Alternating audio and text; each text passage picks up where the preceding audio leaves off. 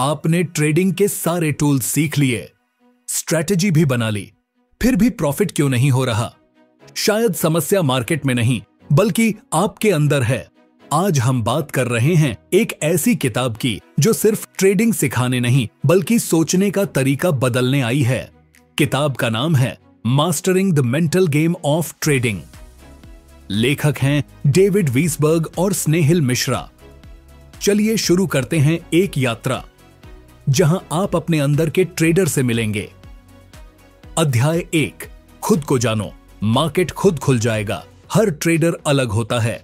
किसी के लिए पैसा मोटिवेशन है, किसी के लिए रोमांच। लेकिन अगर आप खुद की सोच और भावनाओं को नहीं समझते तो मार्केट बार बार आपको हरा देगा।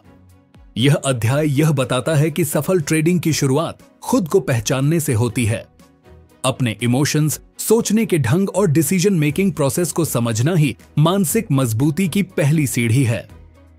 अध्याय 2, डर, लालच और उम्मीद, 3 दुश्मन। यह अध्याय बताता है कि कैसे 3 भावनाएं डर, फियर, लालच, ग्रीड और उम्मीद, होप, बार बार ट्रेडर्स को उनके प्लान से भटकाती हैं।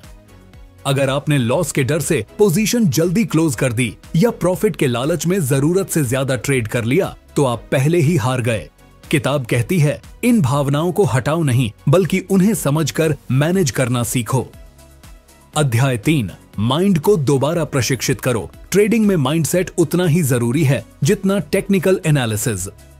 इस अध्याय में बताया गया है कि कैसे माइंडफुलनेस, विजुअलाइजेशन, जर्नलिंग और पॉजिटिव सेल्फ टॉक से आप अपने अंदर के ट्रेडर को सुधार सकते हैं। आप अपने ब्रेन को ट्रेन कर सकते हैं ताकि वह शांत, स्पष्ट और सजग निर्णय ले सके।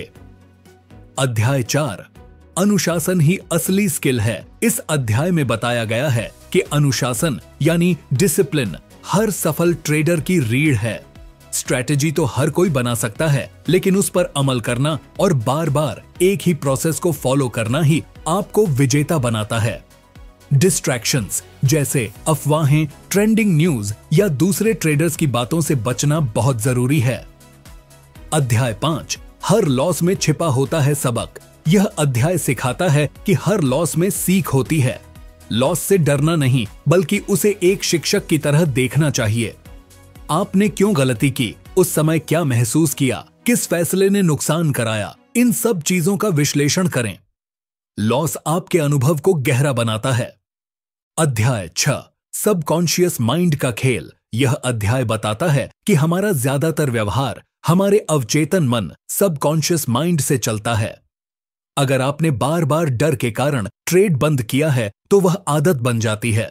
किताब में एक्सरसाइज दी गई है जो पुराने पैटर्न्स को तोड़कर नए पॉजिटिव पैटर्न्स विकसित करने में मदद करती हैं।